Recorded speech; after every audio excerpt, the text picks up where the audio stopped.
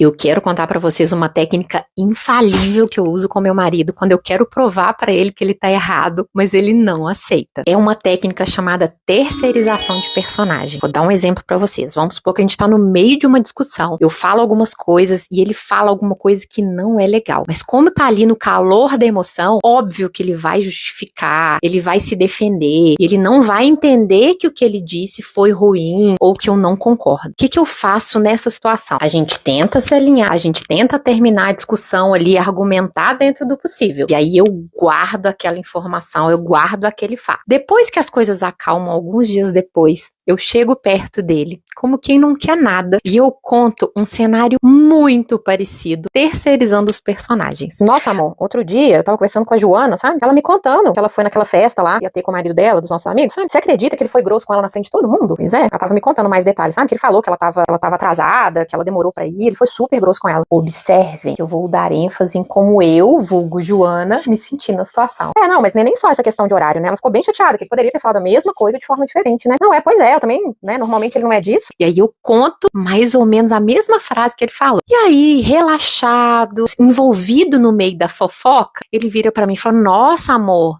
isso não é legal não, né? Pois é, menino, não é legal não. Mas não foi a Joana que aconteceu isso não, foi você que falou isso aquele dia.